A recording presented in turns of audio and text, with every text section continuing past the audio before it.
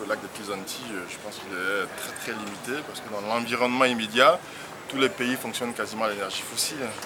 Donc le lac des Petites Antilles, l'Amérique du Sud, les Grandes Antilles, donc tous ces pays-là fonctionnent à l'énergie fossile. Donc pour trouver du nucléaire, il faut aller en Floride, quoi. Donc c'est le premier pays dans le bassin ici. Donc, Par rapport au Japon, est-ce que la Guadeloupe est exposée? Est-ce qu'on peut avoir des radiations ici? bon, pour l'instant, il faut préciser qu'au niveau du Japon, ce qui s'est passé n'est pas encore comparable à Tchernobyl.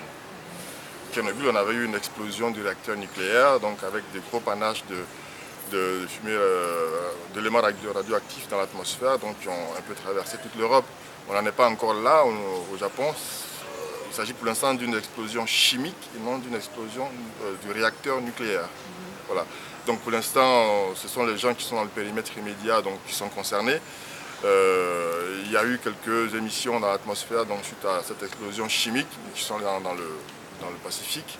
Mais bon, nous sommes encore loin d'être concernés par ce risque-là. Pourtant, certains experts disaient que l'hémisphère nord serait concerné. Nous sommes bien dans l'hémisphère nord. Nous sommes bien dans l'hémisphère nord, mais bon, le temps que la quantité, à mon avis, qui n'est peut-être pas négligeable, donc d'éléments radioactifs qui ont été émis dans le Pacifique, traverse tout le Pacifique, retraverse tout le bassin, enfin toute la Caraïbe. Le risque n'est pas négligeable, donc il faut rester effectivement en veille. Et ce qu'il faut faire en ce moment, je pense que les agences de météo, par exemple, doivent surveiller donc, en fait, le territoire pour mesurer toute anomalie éventuelle. Et la quantité significative, en fait, pour être inquiété, elle est de combien? Pour l'instant, pour être inquiété, ceux qui sont dans l'environnement immédiat en ce moment au Japon ont reçu des doses 1000 fois supérieures à la dose normale. Donc, pour être inquiété, soit si on est dans l'environnement immédiat, on reçoit directement des éléments. Suite à ça, on peut avoir donc, une détérioration des cellules sanguines, des cellules osseuses, etc. Donc, qui peut entraîner des maladies, etc., des déformations.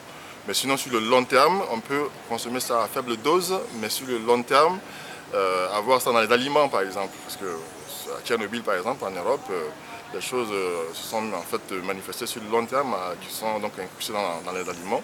Et donc consommer ça dans les aliments sur le long terme, donc ça peut effectivement provoquer des déformations au niveau de l'ADN, et donc après causer des cancers, etc. Donc le danger le plus proche pour nous serait les centrales de Floride, c'est ça? Le danger nucléaire pour nous le plus proche proviendrait éventuellement d'une explosion au niveau de la Floride.